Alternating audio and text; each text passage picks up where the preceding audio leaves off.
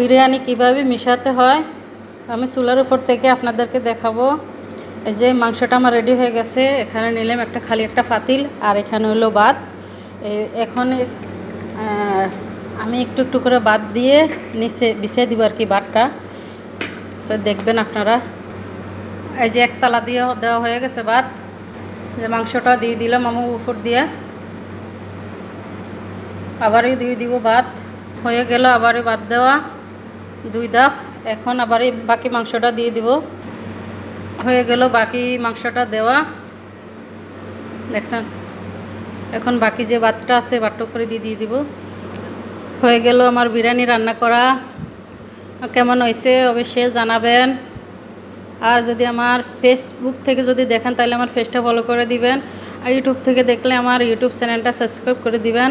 নতুন কোনো ভিডিও যেন দিলে যেন আপনারা সরাসরি যেন তাড়াতাড়ি দেখে ফেলেন।